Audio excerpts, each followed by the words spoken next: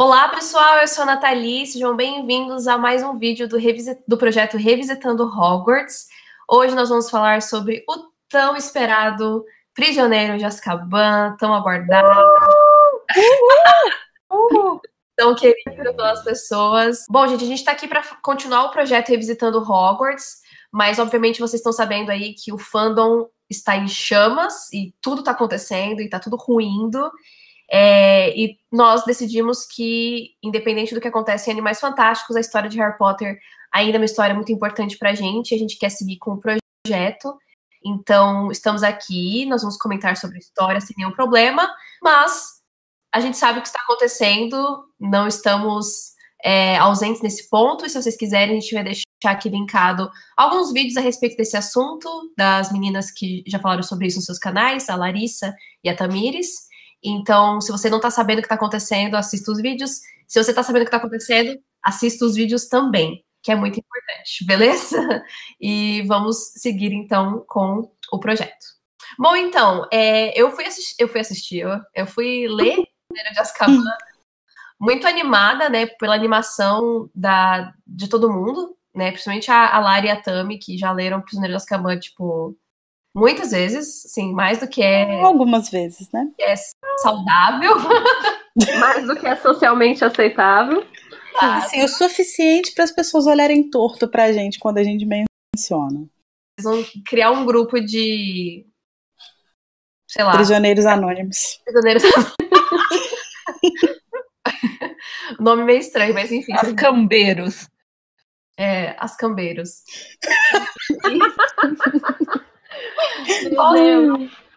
E assim, eu fui ler bem animada e muito rapidamente eu já entendi por que Prisioneiro de Azkaban é tão legal. E eu me lembrei que eu não li ele muitas vezes, porque eu não tive o livro físico por muito tempo. Então eu devo ter lido ele, sei lá, 2 vezes no máximo. Então tinha muita coisa que eu não lembrava. Não necessariamente da história, eu lembro dos acontecimentos que são importantes, mas eu não lembrava da vibe do livro, sabe? Do clima do livro, enfim, da sensação que é ler esse livro. E pra mim foi gritante a diferença, tipo, de começar Pedra e começar Câmara e começar Prisioneiro, assim, o ritmo é completamente diferente. A gente já começa muito rápido com a ação e tal, então isso foi muito gostoso, muito legal de ler. E eu lembro muito do filme, que foi o meu primeiro contato, assim, real com Harry Potter. Eu tinha lido o primeiro livro, mas eu só me apaixonei mesmo por causa do filme do Prisioneiro de Azkaban. E o livro, assim, é realmente muito, muito, muito legal. E muito divertido e maravilhoso de ler. Então foi uma leitura muito gostosa pra mim. Primeiras impressões as melhores possíveis. E ao longo do livro também, muito gostoso. Eu terminei de ler o livro no audiobook, na verdade, né? Eu terminei ouvindo. E foi maravilhoso também. Gostei muito de Stephen Fry, principalmente das partes de quadribol. Parecia que eu tava ouvindo um jogo mesmo de futebol, sabe? Na rádio. Foi bem engraçado. E é isso, assim. Maravilhoso. Deu vontade de ler de novo, já, assim que eu terminei. Tá. Então agora agora você julga, né? Candidatando para esse grupo Prisioneiros Anônimos? Talvez. Acho que vai precisar de mais umas 10 leituras ainda, mas tá candidata já. Tá quase. O que importa é a vontade de participar, né? É engraçado porque eu só tinha lido da série inteira A Pedra Filosofal. Então eu fui reler O Prisioneiro de Azkaban e eu li esse livro faz mais de 10 anos, faz pelo menos, acho que faz uns 15, sei lá. E eu não lembrava de absolutamente nada. Quer dizer, eu lembrava que tinha o Sirius Black e tal, porque eu vi o filme, mas eu também vi faz muito tempo. Então foi quase como... Eu não diria que foi como pegar o livro pela primeira vez, porque quando eu ia lendo, eu ia lembrando das coisas, mas foi bem surpreendente, assim. E é muito engraçado como realmente a história já começa, assim. Quando você pega o livro para ler, ela engata muito rápido. E não dá vontade de parar. E esse livro eu não li de fato, eu ouvi o audiobook e eu tenho que concordar que assim, o Stephen Fry tá maravilhoso. Ele faz cada voz de um jeito muito particular e é muito, muito legal. Dá muita personalidade, né? Sim, é incrível, porque eu ouvi alguns capítulos, acho que 3, em português, e, gente, foi assim, não dá. Aí eu voltei pra... Porque, nossa, a pessoa lendo tudo igual, tudo igual, tudo igual, e aí ele realmente, o trabalho de ator dele ele interpreta realmente todos os personagens e é muito maravilhoso. Inclusive, recomendo. Sim, ele faz as vozezinhas, né? E depois de um tempo você se acostuma com as vozezinhas e você já sabe quem, é muito legal. Sim, ele vai mudando um pouquinho. Eu adoro quando ele faz o Hagrid, é a minha favorita, assim, tipo... Ele poderia ter interpretado o Hagrid no cinema, porque ficou maravilhoso. Eu adorei. Sim, eu acho muito legal como ela constrói e como a gente primeiro tem uma impressão do Sirius que é muito diferente do que depois a gente vai ter, sabe? Eu gosto de como ela constrói a questão dele, ela vai colocando a fuga dele de Azkaban dentro da história, enfim. E como ela apresenta Azkaban pra gente nesse livro, assim, de uma maneira bem interessante. Enfim, dos 3 primeiros, com certeza é o meu favorito. Uma coisa que eu acho que a gente até comentou no primeiro vídeo, mas que nesse livro pra mim foi muito gritante, sobre os tios do Harry, né? Como eles são aquele tipo de gente... A gente vive numa época, né, assim, que o ódio gratuito tá muito forte. E não que antes nunca que o ódio gratuito não fosse forte, mas eu acho que as pessoas estão tendo mais coragem para mostrar os próprios preconceitos, né? E aí, assim, eu tava até comentando com as meninas um pouco antes da gente começar a gravar, como eles são esse tipo de gente, assim, que eles têm medo do diferente, né? E a coisa com o Harry, a coisa da Petúnia, que, enfim, com a irmã dela, porque a irmã dela é bruxa, e a coisa que eles têm, porque o Harry é bruxo e com o mundo bruxo, é bem essa coisa, né? De, é o diferente, então ele me assusta, eu tenho um certo medo, então eu vou ser uma pessoa que odeia isso, que faz mal para quem me assusta. E eu vejo muito no mundo de hoje. E aí, assim, pra mim, eu lendo dessa vez, ficou tão gritante isso, é como se eles estivessem ficando mais... Isso fosse ficando mais forte, assim, sei lá, com o passar dos livros. Eu não sei se é uma impressão errada ou é porque eu me conectei mais com a história dessa vez do que nos 2 livros anteriores, enfim. Resumindo, se eles tivessem uma conta no Facebook, eles seriam os haters. Com certeza. Total bolsominions. Eles seriam aquelas pessoas que quando alguém divulga o link de quais teus amigos curtem a página do Bolsonaro, tu ia clicar e eles teriam curtido e tu ia dar um follow. Exatamente o que eu queria dizer para não semear a discórdia, entendeu? Carissa, mas aqui, ó, para semear. Eu até marquei uma passagem aqui que da irmã do tio Walter, que ela fala que pergunta se o Harry estava apanhando o suficiente, sabe? Isso é uma coisa muito... Bandido bom é bandido morto, sabe? Sim. Então, Sim, eu tenho a impressão de que é exatamente isso que ela quer representar, né? Sim. Esse tipo de pessoa mesmo. A primeira vez que eu li O Prisioneiro de Azkaban foi depois de ter assistido o filme, porque eu na época não tinha como comprar o acesso aos livros. Até na biblioteca era difícil de conseguir. Era uma lista de 6 meses para conseguir o livro. Aí eu tive que baixar, né, gente? E eu já tinha lido os outros. Então o Prisioneiro ele veio depois.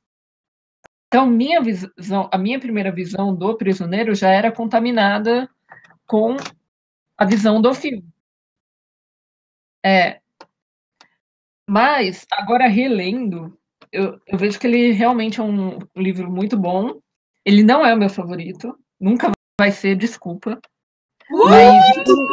Olha essa treta! Nunca, gente, não dá, cara. Mas o ritmo melhora muito. Ela já apresenta muitas outras coisas. Ela melhora um pouco aquilo que o segundo tinha, sabe, de Deus Ex Machina, que a Carissa e eu tínhamos falado do 2, que é muito, muito presente. Ela melhora um pouquinho isso. Ainda tem, mas é melhor. As outras coisas eu vou com o tempo. Mas sim, tá aí no top 3 de melhores do Harry Potter. Vamos conversar sobre esse top 3 aí, Lígia. Qual Mas que ele é tá o no top Sabia que você ia falar isso. Ele tá no top 3, tipo, em terceiro lugar? Segundo. Em segundo. Primeiro é o Cálice de Fogo? É. Beleza. Aceito. Ok. Tudo bem, a gente pode continuar amiga. Tô brincando, gente. Eu sou uma pessoa muito incrível. O que eu queria falar, assim, é mais que eu acho que O Prisioneiro de Azkaban é o livro que a J.K. ela mais monta um quebra-cabeça e desconstrói ele no final. E eu acho que é por isso que ele é tão impressionante, porque ela vai plantando umas pistas mínimas, assim. Então eu acho que, independente da nostalgia e de todo o resto, O Prisioneiro de Azkaban ele é um livro muito bom, sabe? Independente de ser Harry Potter, independente da minha nostalgia com essa obra, que eu, enfim, li há anos. Então, eu acho que ele é indiscutivelmente um livro muito incrível, assim, da maneira como foi construído os conflitos e o mistério. E como eles resolvem, né, no final. Sim. Sim. Ele já melhora muito do 2. Tem uma evolução muito grande, narrativamente falando. Com certeza. Ele deixa um pouquinho já de ser infantil, né? Ele já se torna um pouco mais juvenil, assim. Eu para falar de primeiras impressões, o que dizer desse livro que eu considero pacas, né? Assim, é o livro que eu mais gosto. É o livro que eu acho que começa bem, termina bem, constrói bem o mistério e eu adoro muito. Realmente acho que o livro que é mais vai e volta, e tem um monte de pistas, assim, um monte de coisa estranha no final. Parece um romance policial, que aí para e fala, então vamos explicar agora. E aí conta tudo, todas as tretas. Eu adoro esse final. Enquanto eu tava lendo, eu me deparei assim com um artigo no Harry Potter Lexicon que fala sobre o Prisioneiro de Azkaban, sobre como que ele é bem escrito. E aí foi meio que igual quando a gente leu aquela thread lá sobre aquele assunto e que foi tipo, é tudo que eu pensava, mas colocado em palavras finalmente. E tipo, eu entendi por que ele é tão incrível, que é porque o cara, ele é na verdade uma mulher. Ela coloca em tópicos a quantidade de tramas que perpassam o livro, sabe? E são, tipo assim, mais de 10 tramas. Então a gente tem a trama do quadribol, que é importante pro Harry, a gente tem aquela parada do Dementador e como que isso traz a ideia dos pais do Harry pra ele. Aí a gente tem a trama principal, que é o Sirius tentando matar o Harry, mas aí a gente tem a história verdadeira, que a gente vai descobrir depois, e que tem pistas ao longo de tudo. A gente tem a parada do bichento com o Erebas. Eu acho tão legal. O bichento. E eu acho um pouco triste que depois ele some, né? Some, cara. E eu fico pensando aos poucos. na Toda guerra. vez que eu leio o 7º livro, eu sei que a gente não vai falar sobre isso, mas como não vou lembrar, toda vez que eu leio o 7º livro, eu penso, como que eles fizeram com o bichento, Exatamente. gente? Estão se enfiando no mundo, acampando por aí, cadê o bichento? E eu até postei lá no Twitter sobre como que eu sou o melhor personagem desse livro. Ele pega a aranha e ele mastiga olhando nos olhos do Ronnie. Ele é uma pessoa incrível. Ele é maravilhoso. Porque ele é uma massa, né, gente? Ele é uma pessoa incrível. A gente sente o desgosto que a Lari tem pelo Rony com esse comentário. Não, mas pior que não é nem isso. É só, tipo assim, a ousadia dele, que o Ronnie fala assim, ele precisa comer isso na nossa frente? Aí ele pega e mastiga olhando no olho dele, sabe? É, tipo, muito audacioso. É incrível. Não vai assumirem com o gato depois, porque ele não é só, tipo... ele é um gato inteligente, né? Ele é um personagem interessante. Ele resolve todo o rolê, basicamente, né? Ele poderia ter resolvido aí pela frente, né? Sim. Acho que trocaram o bicho de estimação bichento pelo Dobby, sei lá. Então, é o que eu tava falando. O bichento e a Madame Nora provavelmente são amassos, né? Que é um animal fantástico. Ele não é um gato normal. Aham. Eu nunca tinha pensado sobre a Madame Nora, na verdade, mas faz sentido. Tanto é que ela vê através de capas de invisibilidade, É. ela entende muita coisa que o dono fala. Eu só não entendo a relação dela com o Filch. Tipo, como é que o Filch sempre chega rápido nas coisas quando ela avisa? Tipo, como que é esse rolê? Ela deve ter maneiras de se comunicar, né? Eles são muito unidos, então. Telepaticamente. Ela sabe onde ele tá e ela sabe como andar por todas as brechas da escola. Imagina isso. E ela é um animal mágico. Era muito inteligente. Exato. Uhum. E ela tem uma afinidade de personalidade com o Filch muito louca, né? De tipo, ela caça os alunos que estão fora da cama. Isso é muito doido. Mas voltando ao Prisioneiro, eu amo muito o Lupin. Queria muito falar isso. Ele definitivamente é meu personagem favorito desse livro. Eu amo a história Melhor dele. professor de artes, de defesa contra artes das trevas. É o único, né, que ensinou alguma coisa para essas crianças, porque, gente, deu tudo errado, né, nos outros. Apesar de que no Cálice o Moody ele só, né, não é o falso Moody, ele ensina coisas pro Harry. Mas o Lupin, ele tem todo aquele pacote completo do professor, né? Ele não só ensina, como ele inspira, como ele instiga, né, os alunos, sei lá. Eu acho ele muito incrível. Eu amo a história dele. Eu tenho uma dúvida muito real, assim, sobre a parada dele, que é, tipo, eu não sei, eu sempre tive a impressão de que as aulas dele eram meio que trato de criaturas mágicas, sabe? Tipo, sim. Ele foca em criatura, né? É muito diferente, tipo, do Moody, que foca em maldição. É que talvez seria uma questão do plano escolar, tipo, ao longo dos anos. Esse ano. Ah, é verdade, pode ser. Isso, no ano seguinte seria focado É que eu creio, na minha opinião, que Defesa contra as Artes das Trevas, isso já se foi, né? Esse plano pedagógico aí. Não existe mais, né? Porque não dá para um professor seguir o plano. Mas eu imagino, sempre imaginei que tivesse a ver com isso, sim. Eles, cada ano, terem mais ou menos um programa do que aprender, né? Uhum. E o Lupin seguiu essa linha das criaturas das trevas. Porque, tipo assim, eu tô lendo o Prisioneiro de Azkaban de novo nesse momento, né? E aí... vocês é porque eu li em português pro projeto, porque eu tava com saudade de ler em português. E aí agora eu tô lendo a versão ilustrada que eu comprei. Mas aí, tipo, naquela aula que o Snape substitui o Lupin, vocês lembram dessa cena? Sim. Uhum. Ele vira e fala, tipo assim, eu esperaria que alunos de primeiro ano já soubessem lidar com tal criatura. Uhum. Então me parece que talvez seja um programa flexível, sabe? Que meio que o professor que defina. É meio flexível, sim, porque quando o falso Moody vai no quarto, ele fala, o Lupin deixou aqui uma carta do que ele passou para vocês, e eu percebo que vocês estão bem adiantados com criaturas, mas estão atrasados com feitiços. Uhum. Eu acho que o Lupin foca em criaturas porque é o que ele tem afinidade. Sim, ele sabe feitiços, ele é bom nisso, mas como ele é um lobisomem, é aquilo que ele gosta de ensinar. E provavelmente ele passou a vida estudando, né? Já que ele provavelmente precisou e tal, faz muito sentido isso. Uhum. Ou seja, não existe plano pedagógico. Não existe plano pedagógico, exatamente.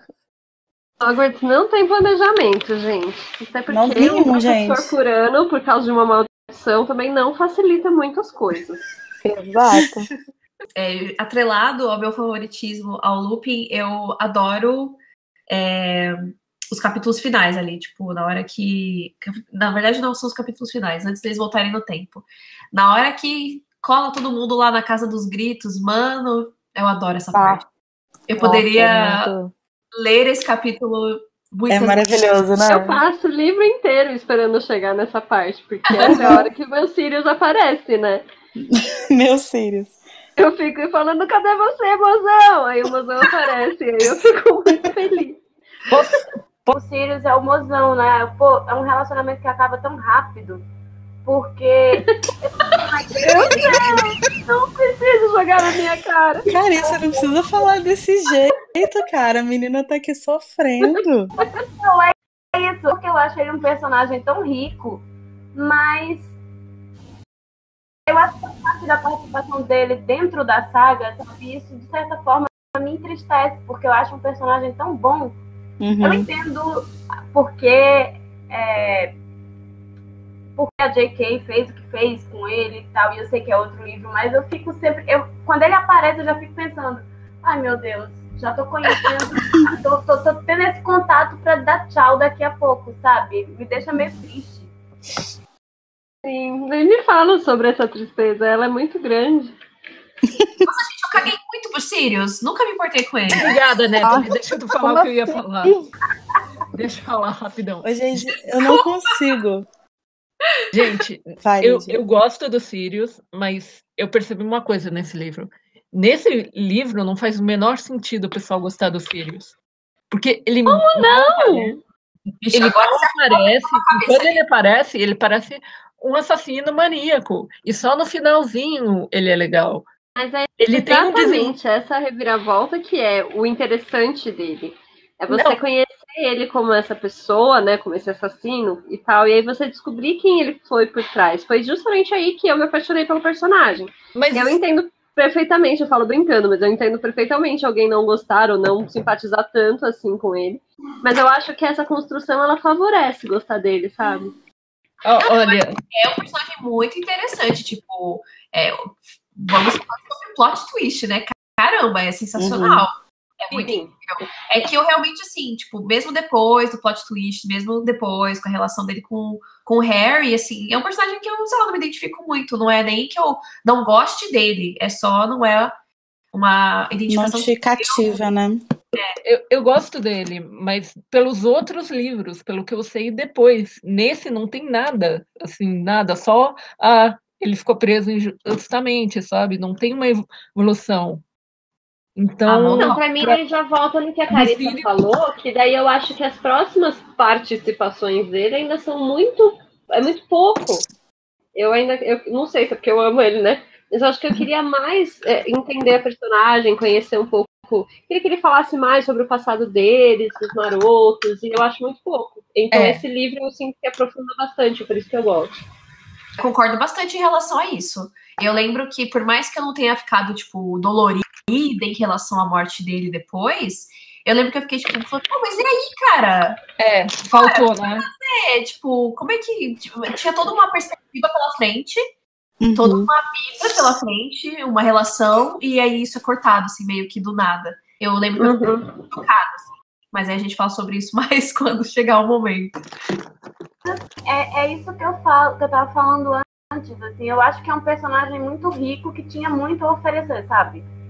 Sim. E assim, esse livro nem tanto, mas nos outros, e eu sei, eu tô indo pros outros de novo, o Harry não tem ninguém, além da família, e eu sei que o Sirius é alguém da família, mas na prática ele acaba sendo. Então, quando você finalmente para e pensa, poxa, o Harry tem alguém. Aí esse alguém vai embora, tipo, pô, eu não sei mais. Nossa, tadinha da Tami. Vai chegar o momento da Larissa ainda, por enquanto esse é o meu. Nossa, pode crer. Eu já vou avisar aqui eu que já eu não falei vou... com as meninas. Eu acho realmente muito triste a história do Sirius, assim, o fato de que ele passa a vida toda para chegar nesse ponto, que é o ponto que ele encontra finalmente o Rabicho, e ele tem a oportunidade de provar que ele é inocente, e ele perde a oportunidade, sabe? Eu acho muito triste mesmo essa parte desse filme, desse livro, né? Eu acho que, assim, eu não sou fã do Sirius, né? Tu sabe muito bem disso. Mas eu acho que enquanto personagem ele é muito interessante e a história dele é muito trágica, né? Tipo, é uma parada que tudo que ele faz, e é dessa forma que até tem a ver com o nosso vídeo, né, Tami? Como que as ações dele do Snape se espelham muito. Porque as coisas que eles fazem nunca chegam exatamente nos fins que eles querem. Nossa, né? isso é muito... Ele nunca consegue de fato fazer o que ele queria fazer. E ele morre frustrado. Sim. Inclusive, gente, vejam esse vídeo. Tá no canal de quem mesmo? Tá no meu. Da Lari. youtube.com/Sonserina. Vejam esse vídeo no canal da Lari, que que elas fazem o paralelo entre o Sirius e o Snape. Pra quem tem birra de um por causa do outro, cara, é assim, de mudar completamente a percepção. Porque eu não entendo esse negócio, tipo, só porque você gosta de uma coisa, um personagem, você não pode gostar do outro. Tipo, não, gente, vamos unir os fandoms. Vamos unir os fandoms. Não é batalha de divas, né? Batalha de divas é ótimo. É meu personagem favorito da série e eu tô aqui falando que eu gosto do Sirius. Então, por favor, né, gente? Olha aí. Tem lugar, tem espaço pra todo mundo no coração. Tem Exatamente. espaço pra todo mundo. E não querendo avançar assim, muito pro final do livro, mas eu lembro que na parte ali da Casa dos Gritos, a gente fica revoltado, porque o Sirius, ao invés de ele explicar logo, ele fica fazendo um show-off, né? Ele fica falando assim, porque agora eu vou revelar. E daí parece que ele é o vilão, né? E o Harry tá bravo, o Harry tá confuso, o Harry quer matar ele, enfim. Mas eu acho que foi bem isso que a Tami falou, sabe? Ele esperou anos da vida dele para aquele momento. Ele estava trancado, né, numa prisão. Ele não lidava muito com humanos. Ele estava sempre na forma de cachorro quando ele dava uma saidinha. Então ele não tinha aquele tato, né, como uma pessoa que sai da prisão e tá falando com alguém pela primeira vez em anos, né? Então é compreensível que ele tenha ficado assim tão confuso nas ações dele. Ele parecia um louco. Uhum. Tadinho. Eu ficava meio irritada com ele, que, tipo, ao invés dele falar logo as coisas, ele ficava, tipo, eu poderia realmente ter matado, e não sei o quê, e blá, blá, blá, tipo... Ele falava códigos. Gente, ele é muito drama queen, né? Ele tem que ter toda aquela atuação ali. Qual que é o signo dele mesmo? A gente já fez essa análise, né? Ele é escorpião, não é? Ele é escorpião? Acho que é. Não faz sentido. Que era perto do seu vídeo, não era? De um ano? Era do início de novembro. Ele é 13 de novembro. 3 de Ele é novembro. o segundo decanato de escorpião. Olha aí. A gente já pode fazer o mapa astral do Mozão, né? A gente sempre quer saber o mapa do boy. Gente, ele é de 3 de novembro. Ele é quase... Eu tô imaginando a Tami no site da Capricho nesse momento. Lá. Signo do mozão, signo dela. Será que a gente combina? Como é um beijo? Não. Muito bom. O programa de escorpião, ele até que não é tão vingativo, né? As pessoas gostam de jogar. Não, imagina, Não, ele só em forma de cachorro pra matar um rato que ele viu no canal. Nem é vingativo. Imagina! Mas Forma ele perdoa. nenhuma, nossa, super normal, gente. Perdoa, gente. Você É brincadeira, mas de fato, depois ele não tem muitas atitudes. Ele é muito impulsivo, mas ele não tem muita coisa além disso, né? Ao longo dos livros. Ele fica mais de boa, assim. Eu queria fazer de novo comentário sobre quadribol, porque ninguém gosta de quadribol aqui, mas eu quero falar. Eu gosto. Eu tenho até um time favorito. Só eu e você mesmo, Lari. Só a gente. É porque a gente já leu tantas vezes aquele negócio que, assim... É divertido, gente. Imagina você ler o mesmo jogo do Flamengo e Vasco todo dia. Não dá. Mas, eu fiquei meio triste que não teve uma das cenas de quadribol no filme. Na verdade, teve muitas cenas de quadribol que estavam no filme, né? Acho que, sei lá, tem 1h30 de cena, não sei. E tem uma que é a última lá, né, da Grifinória contra a Sonserina, e que é uma baita treta, e a galera toda se empurrando e se batendo, e eu queria muito ter visto isso, eu acho que ia ser muito da hora. Uma partida mais suja, assim, de quadribol, porque eu acho que, no geral, as partidas de quadribol são muito boazinhas, assim, nos filmes. Eu acho que ia ser interessante ver essa treta toda, eu adoro esse jogo, essa partida, e ver Draco Malfoy perdendo. Sempre bom, né? Devia ter também contra a Corvinal, porque é a primeira vez que o Harry vê a Cho e ele tem uma reação muito de puberdade quando Ele vê. sente um comichão no baixo ventre. Mas, gente, então, essa descrição em português é bizarra, né? Mas eu lendo em inglês, eu entendi uma coisa muito mais, tipo, borboletas no estômago do que comichão no baixo ventre, sabe? Concordo, Rafa. Tipo, não pareceu tão sexy. Eu lembro que a primeira vez que eu li, gente, imagina, eu era nova, né? Eu tinha, sei lá, 12, 13 anos, e eu, gente, que pornográfico. Mas aí agora, lendo em inglês, eu achei ok, sabe? Foi tipo, ele ficou com um friozinho na barriga. Exatamente. Concordo plenamente. Mas eu acho que foi a má escolha desse baixo ventre, né? Tipo, Porque aí dá parece é um que é uma... estômago, né? Mas, enfim. É que ventre, né? A gente lembra de El-chan, e aí já vira uma coisa louca. Mas assim, Referências iconográficas da pessoa.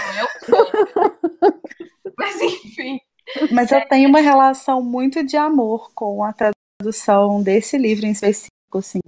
Porque como ele foi o que eu li mais vezes, e a maioria das vezes eu li em português,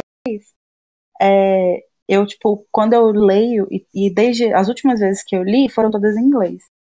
E aí, quando eu reli agora em português, parecia que eu tinha 13 anos de novo, sabe? Foi muito doido, assim. Porque eu sentia exatamente as coisas que eu sentia em cada página, assim. E eu tenho muito carinho por essa tradução, justamente até por essas bizarrices que tem de vez em quando, assim. Eu sei exatamente como é. Quando eu li o quarto, tipo, deu a mesma coisa, assim, bateu, eu voltei. Voltei, É muito assim, doido 13 isso. anos atrás. É muito, muito bizarro e incrível. É louco. Eu ia falar alguma coisa, esqueci. Ah, sim, além da Cho, a gente vê o Cedric também pela primeira vez, né? Eu ia falar isso também. Esqueci. Sim. Fofíssimos, já sendo um bom moço desde o começo, né? O Cedric é muito fofinho, né? Ele é muito bonzinho. Eu tô bem ansiosa pra vê-lo novamente em Cálice de Fogo. E perdê-lo também. Vai ser o meu momento deprê. Com o Cedric do que com o Sirius é levemente ofensivo. Mas ele é tão gente boa, tadinho. Ele é muito gente boa. E eu acho muito legal que ele apareça.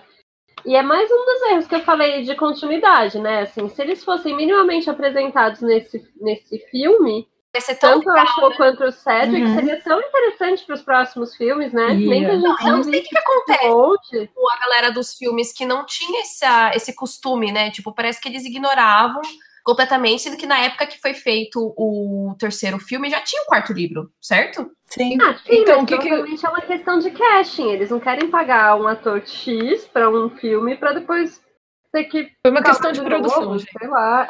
Menos quando é o Johnny Depp, né? Quando é o Johnny Depp. Lá vem isso. Mas acho que seria tipo um fanservicezinho, assim, sabe? Um fanservicezinho pra quem já leu os livros. Que eu acho que é uma coisa que filme de herói acaba fazendo muito isso, sabe? De colocar umas coisas aqui e ali. E aí quem lê os quadrinhos olha, tipo, nossa, olha isso! É uma pista porque o fulano de tal vai aparecer e... Se tivesse em Harry Potter, acho que seria bem divertido. Então, foi uma coisa de produção. Isso completamente. Sabe os Blu-rays que são os Blu-rays que saíram, o mais recente dos filmes? Em cada um, eles fizeram o seguinte: em cada um dos Blu-rays vem um extra sobre toda a saga. Então você tem que comprar todos os Blu-rays para ter todos esses extras, porque são temáticos. E o que aconteceu do primeiro para o segundo? O primeiro para o segundo, eles gravaram tudo de uma vez só, sem pausa. Eles só tiveram Eu acho que faz mais sentido. Eles só tiveram pausa a partir do terceiro, que tinha morrido o Richard Harris e tudo mais. Aí eles precisaram fazer o recast do Dumbledore. Aí eles tiveram uma pausa. De um para o outro mudou o diretor. Então o que aconteceu? Mudou algumas coisas de casting, a equipe técnica mesmo se manteve, mas com essa mudança de diretor, por exemplo, o Quarão só ficou num filme, aí o do quarto só ficou no quarto filme. Isso foi meio que prejudicando a saga assim como um completo. Entendi. Mas seria muito legal. Até aparece o Cédrico, só que não é o mesmo ator. Aí ia ser tosco mesmo, tipo, se colocasse um menino aleatório e aí depois trocasse. Não, e na verdade aparece, né? Aparece. Tipo, tem a cena que ele leva um choque na cabeça. Tipo, É verdade. Pode crer. É verdade. Aparece o Cédrico. Só que não mas ele não é o mesmo ator. E é uma parada que nem acontece no livro também, completamente aleatório. E Hermione, gente. Que mulher de fibra, hein? Meu Libra é Deus. mais chata pra caramba também, né? Nossa. Cada vez Tadinha. A determinação dela de, tipo, vou fazer 377 mil matérias na escola porque eu quero, porque eu gosto, porque... Gente, isso é tão admirável que eu não sei lidar, sabe? Tipo, eu mal consegui terminar minha faculdade de Direito, com medos de matérias, louca. E a menina me faz isso, sabe? Pega um vira-tempo e... Mano, Hermione, sei lá, cara, é sobre-humana essa garota. Muito respeito por ela. Muito. E fora o que ela enfrentou, tipo, tentando fazer a coisa certa, sabe? Por exemplo, da Firebolt, e ela foi super rechaçada. A gente Sim. até comentou, né, na outra live, que eu só ouvi, no caso, que ela sofreu muito, né, na mão do Harry e do Ron, e nesse livro ela sofre pior, assim, pra mim. Ela é muito rechaçada. Tipo assim, acho que 80% do livro é eles dando nos dedos dela, sabe? Muito revoltante. eles sendo adolescentes chatos. Nossa. Acho chato pra caramba. Sim. E aí, ela passa tanto tempo estudando e tal, que ela deixa de ter uma vida. Assim, uma vida pessoal. Eu entendo que eles estão naquele universo ali de Hogwarts e tal. Mas eu paro e vejo que os dois garotos, óbvio, estão sendo garotos e em alguns aspectos a gente é educado para que a mulher amadureça mais cedo e blá blá blá, mas às vezes me dá a impressão de que, além dela amadurecer mais rápido do que eles se divertem muito mais do que ela. Só que assim, ela se diverte estudando. Acho que isso, pelo menos pra mim, é muito claro. Ela se diverte com os estudos e tal. Sim. Mas eu fico pensando se ela deixa de ser criança, às vezes, a ser muito adulta, muito madura, e enfim, faz sentido isso que eu tô questionando aqui. Quando eu era adolescente, eu fui chamada de Hermione. Eu também. Não, eu concordo Faz muito. sentido, Eu acho que ela realmente, às vezes, abre mão de algumas coisas da vida dela em prol dos estudos e tal. Mas parece que ela, de fato, gosta, assim. Eu não vejo como se, por exemplo, sei lá, se os pais dela pressionassem ela e por isso ela se sente obrigada a ser a melhor estudante. Parece que ela realmente quer ser a melhor estudante. E aí ela abre... Pois é, uma coisa que eu acho que me incomoda, mas assim, não porque eu acho que é mal feito, nada disso, mas que é uma coisa que me dá uma dosinha da Hermione mesmo. É porque eu sinto que ela faz isso porque ela precisa se sentir digna, sabe? Porque ela é nascida trouxa e ela precisa, tipo, igual quando o Harry fica desesperado no início do primeiro livro, que ele acha que todo mundo já vai saber um monte de coisa. Sim, porque... E a Hermione tem também, tipo, 11 anos de atraso pra tirar, né? E acho que ela se sente muito na obrigação, não pelos pais, né, mas por ela mesma, de correr atrás disso. E aí, por isso que ela abre mão de tanta porque eu não coisa. interpretei desse jeito, assim. Eu acho que... Eu não sei, porque eu era muito nerdzinha quando eu era mais nova. E eu sempre tive essa sensação de que eu queria ser a melhor em qualquer lugar que eu estivesse. Então, se eu estivesse fazendo um curso de origami, eu tinha que fazer o melhor origami da face da Terra. Assim. Eu sempre tive essa interpretação dela, de que ela, ok, então eu vou mudar de universo, cara. Eu preciso aprender tudo sobre esse universo o quanto antes, porque senão eu não vou conseguir ser a melhor. Eu acho que é muito mais a ver com a autocobrança do que, de fato, uma cobrança externa que ela sinta, entende? Entendo. Mas não acho que é uma cobrança externa. Eu acho que é uma cobrança dela mesma, assim, de, tipo, justamente ela querer sempre ser a melhor e de como que ela sente que para ela ser a melhor em um universo que ela não conheceu por 11 anos, ela tem que fazer muito mais do que quem tá ali. Eu era chamada de Hermione justamente por isso. Meus pais não me cobravam, eu nem mostrava as coisas para os meus pais. Eu sabia o que eu ia fazer. Minha mãe Era ainda uma falava, autoexigência. filha, relaxa. Era uma autoexigência minha, sabe? Eu era assim, chegou a um nível de eu ficar cansada, ficar doente de tanto. Aconteceu com a Hermione, sabe? Exaustão mental.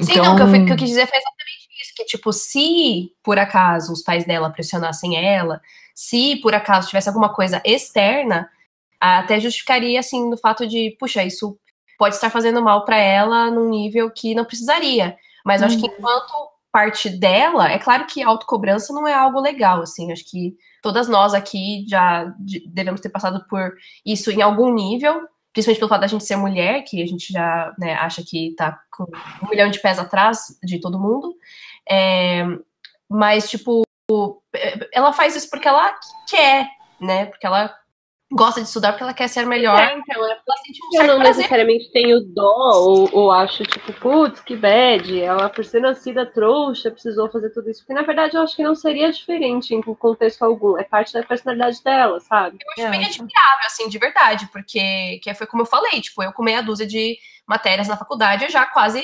surtei e queria abandonar a qualquer momento e dormir o tempo todo. E ela foi muito firme, ainda assim, tendo essas brigas com os meninos, e o Hagrid, né, passando por toda aquela bad com o Bicurso, e Sirius Black correndo atrás do melhor amigo dela, e os Dementadores pela escola, e a garota lá fazendo um monte de coisa, tipo, gente, como é que ela não faleceu, sabe? É muito louco isso. Ela meio que quase desfaleceu, né, coitada. Então, cara, é muito difícil. E foi até que a gente tava falando sobre o livro passado, da Gina e da presença dos Dementadores na escola, né? Eu acho que isso também pode ter atrapalhado um pouco a Hermione também, né? Porque o ambiente não devia estar dos melhores, assim, né? No geral. E é a primeira vez que ela se revolta, né, com uma professora, no caso, ela joga merda no ventilador e diz, né, que bobagem. E vindo dela, isso é claro, pra gente que já tinha lido, não é uma surpresa, mas parando pra pensar na construção da personagem, é um momento muito uau, assim. É verdade, a gente podia comentar um pouquinho sobre a Trelawney, né? E fez a profecia do Dumbledore. Eu nunca tinha relido o Prisioneiro de Azkaban depois de saber dessa teoria, né? Porque foi meio que recente que comentaram dela. Que teoria? Aquela das 13 pessoas na mesa, e aí o Dumbledore é o primeiro que levanta. Ah, mas... Eu nunca tinha relido depois que eu fiquei sabendo disso, porque meio que foi divulgado no Tumblr. Então, na hora que eu li a cena dessa vez, eu tentei prestar atenção, mas eu não consegui prestar atenção em quem levantou. Mas eu já tinha ouvido uns boatos aí de que a pessoa que levantava na hora da mesa do Natal lá... Que ela fala que eles estão sentados em 13 e 13 é o número do azar, então quem levantasse primeiro seria o primeiro a morrer. E o primeiro que levanta é o Dumbledore. Não, na verdade, quem levanta primeiro é o Harry e o Ron, eles levantam no mesmo tempo. Só que antes o Dumbledore já tinha levantado pra puxar uma cadeira pra Sibila. Só que naquele momento, eles achavam que eram 12 pessoas, mas eram 13, porque o Perebas estava com o Ron, entende? Então eram 13 e o Dumbledore levantou pra puxar a cadeira. Tanto que quando ele fala, eu fiquei prestando atenção, e aí quando o Harry e o Ron levantam, eu falei assim, essa teoria é furada. Só que depois eu fui ver e realmente, sabe, encaixava direitinho. Nossa, cara, que treta, mano.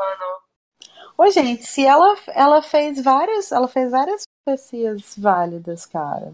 Várias assim. Várias não, né, amiga? Duas. Não, várias assim. Eu tô sendo O fato de generosa. que o Harry vai morrer foi uma profecia válida, né? Oi? O fato de que o Harry ia morrer foi uma profecia válida, né? Foi. Sim, e tem aquela parada, vocês já viram que ela pergunta pra ele, tipo, você nasceu no meio do inverno, não é?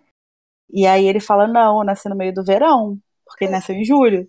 Só que o Voldemort nasceu no meio do inverno, e tem uma parte do Voldemort nele. Eita preula! Sabe? Então, tipo, ela pode estar vendo o Voldemort.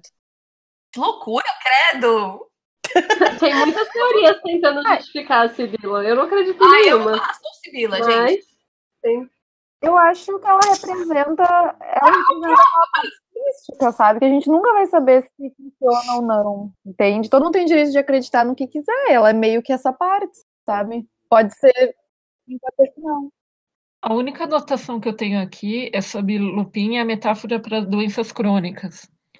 A J.K. ela fala que é uma metáfora para AIDS, mas conhecendo doenças crônicas assim, numa proximidade, eu vejo que o Lupin é um doente crônico, sabe? Eu consigo ver na nossa realidade. Não conseguir emprego, ter que tomar remédio o tempo todo para se manter, sofrer preconceito, as pessoas ter medo.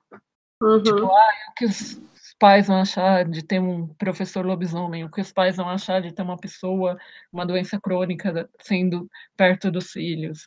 E tem sim a relação com a AIDS, mas eu acho que tem também a ver com todas as doenças crônicas em geral. Existe ainda muito preconceito, muito tabu, e eu acho que o Lupin é uma ótima metáfora sobre isso. Eu, quando li, para mim, ele teve muita relação que ser um lobisomem é o mesmo que ser um epilético, sabe? Por exemplo, quando você entra, ou quando o lobisomem vira um lobisomem, ele não tem controle sobre o que está fazendo. O epilético também não. As pessoas ainda têm muito tabu e desconhecem. Pessoas epiléticas sofrem preconceito no mercado de trabalho. As pessoas tentam literalmente espantar os demônios de pessoas epiléticas. Então, para mim, isso foi tipo, papum, caiu aqui e casou muito. Mas sim, com certeza a AIDS ainda é o top, assim, das doenças que tem um preconceito, um tabu muito grande. Eu acho legal também, porque nos contos, depois, eles até comentam que no início, quando o Lupin recém tinha virado transformado, né, num lobisomem, os coquetéis, eles não eram tão eficazes, né, então ele não tinha como controlar tão bem, e que hoje em dia é como se a tecnologia, né, no caso a magia, estivesse muito mais avançada, então os lobisomens podiam conviver muito bem em sociedade, né, nada impedia eles, então era um paralelo, para mim foi bem certinho, assim. Mas mesmo assim, eu acho muito legal que dê para comparar com várias outras doenças ou condições que a gente tem muito preconceito, né? Acho que cabe todas as interpretações. Com certeza. Várias leituras conseguem trazer essas doenças para traçar um paralelo, né, com essa situação dele. Eu acho uma parte legal do livro e que é aberta a vários furos, né, e também interpretações legais, que é uma das minhas partes preferidas, é a viagem no tempo, né, eu acho isso muito mágico em qualquer história, não só aqui, enfim, todas que eu leio, e é muito, muito bacana. Até tem uma frase do Harry que eu marquei aqui, que quando termina tudo, ele fala que ele sentia que ele podia fazer porque ele já tinha feito, sabe? Acho isso muito legal. Não, mas isso é um paradoxo, né? É um paradoxo. É um paradoxo. Eu já li várias vezes, só que todas as vezes eu não entendi direito, porque eu sou muito ruim mesmo com assuntos de exatas. Mas eu já li muitos lugares que falam que a forma como ela criou, né, a viagem no tempo para Harry Potter não seria possível, não que viagem no tempo fosse possível, mas que não seria possível por causa disso, porque você acaba gerando um paradoxo só pelo fato de existirem as duas pessoas ao mesmo tempo, alguma coisa assim.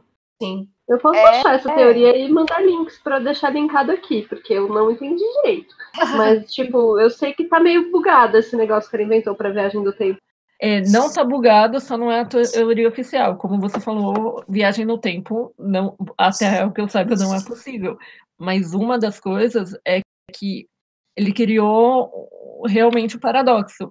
Ou seja, ele precisava voltar ele se tornou um ponto fixo na história. Ele precisava voltar para a história continuar, senão ele teria morrido. Então, ele meio que virou um ciclo, assim. Não é uma falha, assim, só é uma teoria que o pessoal mais sério, assim, de sci-fi não gosta de usar. É que na verdade quando a gente fala em viagem no tempo, a gente parte do princípio que cada ação nossa geraria uma linha do tempo diferente, e todas as ações do mundo geram linhas infinitas. E ali a J.K. trabalhou como se só existisse uma, mas tipo, eu aceito isso, sabe? Meu coração continua aberto. Isso, eu acho que tem a ver com isso. Tem a ver com o fato de que você não cria uma segunda linha temporal, você se mantém na mesma, e isso não seria aceito. Eu acho que tem a ver com isso mesmo. Mas eu não me importo. Eu comentei dos furos porque eu sei que tem gente que repara, mas eu acho ótimo, me divirto e eu acho maravilhoso, eu acho lindo. Até porque a proposta não era ser um livro de sci-fi, né? Se fosse, daí eu talvez criticasse com esse olhar, mas... É verdade. Até porque é magia, né? Se você pensar que a magia vai fazer isso aí que tá errado ficar certo magicamente, tudo bem. Exato. Pois é. Aí ela vai e caga tudo com criança amaldiçoada. Ela Eu queria falar. Um minuto de silêncio. Ai, gente. no próximo vídeo eu vou falar muito de criança amaldiçoada, porque, né, basicamente criança amaldiçoada sim. é fogo 2.0. Vai ter um Revisitando Hogwarts do livro 8? A gente vai fazer um revisitando Hogwarts do Acho que Criança eu vou tinha que ignorar ter um episódio extra. Vamos fazer um episódio extra. Se for pra falar, Bônus. ok, senão eu vou optar por ignorar essa existência, assim, porque eu não sou ligada a nada. Eu lembrei de outra coisa também, que eu tô olhando as notas que eu dei highlight. É verdade. Eu não sei se é porque nesse meio tempo a gente lê fanfic, a gente vê as ilustrações dos fãs na internet, mas eu tinha a impressão que os marotos eram muito mais explorados aqui nesse livro. E, na verdade, as partes efetivas mesmo não é tanto. Talvez eu tenha lembrança dos outros livros, não sei, acho que eu misturei um pouco. Mas eu tinha a impressão que eles eram mais explorados. Não, acho que é mais na ordem mesmo, né? Na verdade, eles são muito pouco explorados, né? Tipo, em geral, mas eu tinha a impressão que eu tinha muito mais, ia receber mais informações sobre eles, mas eu acho que é por causa da quantidade de coisa extra que a gente vai lendo, sabe, ao longo do caminho. E, na verdade, eu acho que tem a ver com aquilo que eu falei no começo, assim, que talvez tenha acontecido comigo e com muita gente, que é o quanto esse livro instiga a curiosidade sobre ele. E, assim, considerando que foi uma época em que eu, pelo menos, eu conheci Harry Potter só tinha até o Prisioneiro lançado. Então foi o período que eu fiquei muito mais tempo sem história de Harry Potter. Eu li o primeiro, peguei emprestado o segundo, li o terceiro, e aí tinha que esperar sair o próximo. Então a gente ficava criando muita coisa em cima do universo dos marotos, que era mais intrigante, ali naquele momento de vazio, né, que a gente teve de Harry Potter. Eu acho que tem a ver com muito isso, mas de fato não tem muita coisa mesmo. Uma outra coisa que eu tinha anotado aqui que eu não tinha visto, que agora a Rafa falou de anotações, eu né, fiz a coisa inteligente e olhar aqui que eu tinha anotado, né, gente? É essa parada das tretas, de novo, né, do Rony com Hermione, etc e tal, e como o Harry, ele é passivo, né, ele não faz nada, tipo... Ele, tipo... Nossa, tipo, visivelmente ele tá percebendo que tem uma coisa de errado, ele chega até pouquíssimas vezes a falar, tipo, então, Rony, calma, amigo, mas é só isso, sabe? Vamos ficar de boa. E quem faz realmente algo de fato e briga é o Hagrid. Teoricamente era um personagem mais calminho e mais, entre aspas, entre muitas aspas, bobinho. É ele que toma a atitude de falar, gente, o que tá acontecendo? O que vocês estão fazendo com a garota, sabe? Para de ser babaca. E eu fiquei meio decepcionada com o Harry, sabe? Dele... Porque eles esquecem do Hagrid, né? Esquecem do bicurso, esquecem de tudo. Exatamente, é bem decepcionante essa parte, né? E, de novo, né, mesmo Hermione com 377 mil coisas, ela ainda se preocupou em ajudar o Hagrid, né? Sim. Os meninos, não, ficaram enchendo o saco com as de vassoura. Enfim, eu fiquei meio chateada com o Hagrid e com o Harry. E sendo que a Hermione tava sendo a pessoa mais tipo, novidade, né? Ela se sensata. Mas assim, ela tava certa, foi o Sirius que mandou, né? É verdade. Então, assim, as preocupações dela eram super justificadas. Uma outra coisa que eu fiquei questionando também é a questão do Harry e os desmaios lá, que ele tem no começo, que ele fica muito, muito, muito incomodado. Ele tá sempre falando, fulano ficou chateado com os dementadores, mas não desmaiou, e não sei o que lá, mas não desmaiou. Eu não sei se até que ponto isso era o Harry tentando ser forte, ou o machismo falando que o Harry precisa ser forte porque é um hominho. Eu li machismo, porque ele não queria mostrar fraqueza. Porque ele é queria... Exato. Eu também senti muito isso, tipo... que ele não poderia ficar desmaiando por aí, porque o menino não pode desmaiar por aí. Pobre Harry, mal sabe o que eles... Eu nunca parei pra pensar sobre isso. Estou refletindo aqui. Isso me incomodou bastante dessa vez, tipo, o quanto ele fica incomodado, e aí o Draco fica zombando dele, tipo, será que tivesse, se fosse uma menina? Porque o Draco fica imitando ele desmaiar, esse tipo de coisa, né? Sim. Então é justamente mexendo com a masculinidade dele. Uhum. Ele sente a masculinidade dele afetada, primeiro pelas brincadeiras do Draco e por se sentir fragilizado. Ele acha que isso não é coisa de homem. Sim. Eu achei muito bizarro nessa parte como que falta um apoio de alguém, né? Porque, tipo, se ele não tivesse ido lá conversar com o Lupin também não teria falado pra ele por que ele desmaia.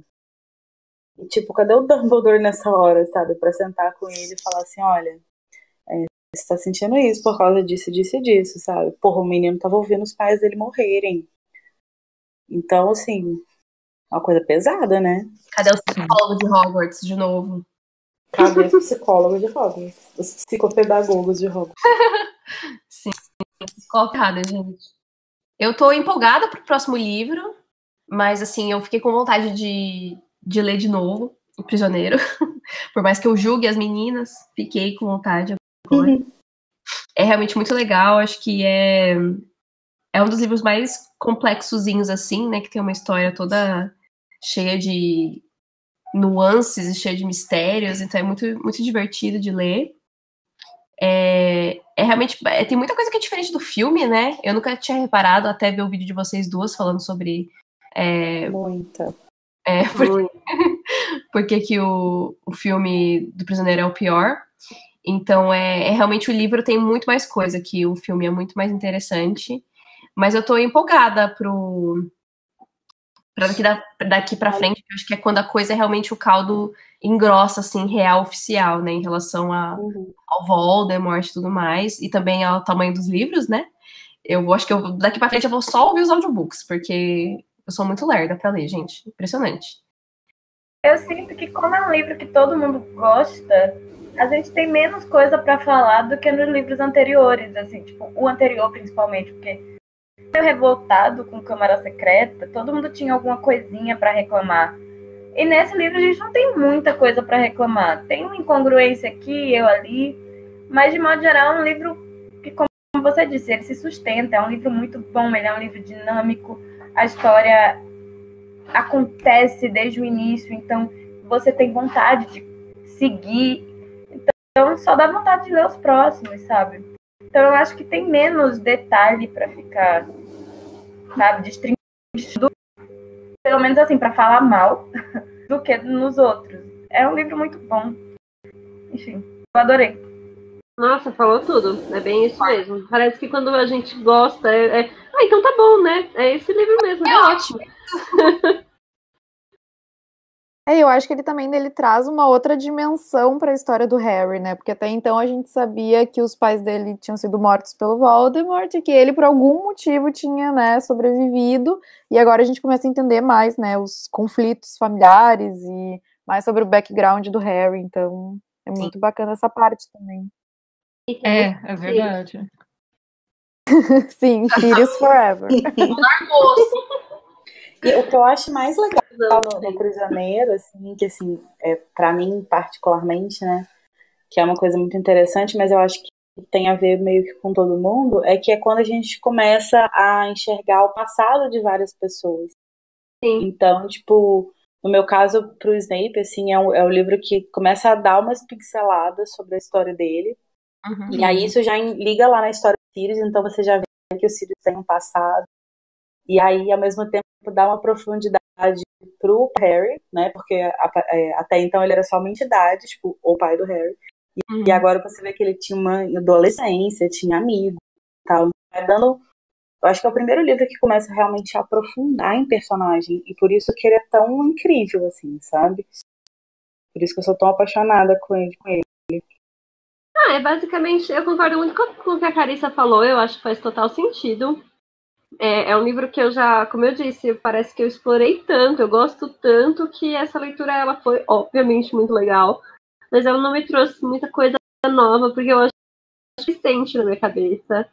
Eu tô sempre lendo, sempre que eu tô, acho que eu tô com saudade de Prisioneiro de Azkaban. Eu leio e aí eu leio de novo, enfim.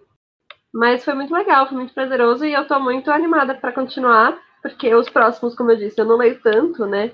Então, acho que Cálice de Fogo é bem legal. Eu não sei se eu colocaria Cálice de Fogo entre os meus preferidos. Agora que vocês falaram, eu fiquei pensando sobre isso, sabe? Mas eu acho que vai ser uma boa leitura de toda maneira. Porque entra justamente, como a Lari falou também, em mais profundidade, a gente entra muito, tem muitos personagens novos. Eu acho que vai ser bem legal. Então é isso, gente. Essa foi o nosso bate-papo aqui sobre Prisioneiro de Azkaban. Sem muitas discussões, porque ele é perfeito e maravilhoso, aquelas, né? Não. Só é um livro muito, muito, muito, muito legal. Mas é perfeito, maravilhoso. Pra mim é perfeito e maravilhoso. Maravilhoso. Uhum, acho que a gente pode concordar que ele é perfeito e maravilhoso. Pode manter essa ideia aí. Uhum. Espero que vocês tenham gostado e estejam acompanhando aí a nossa saga, né, revisitando o nosso universo querido de Harry Potter. Deixem aí nos comentários o que vocês acharam, quais são os personagens favoritos de vocês de Prisioneiro de Azkaban, e se inscrevam nos canais das meninas, vão estar todos linkados aqui na descrição. Vejam os vídeos que a gente vai deixar aqui também, que são importantes para vocês assistirem, que a gente falou aqui ao longo da nossa conversa. E é isso. Muito obrigada, um beijo e até o próximo vídeo. Tchau. Tchau.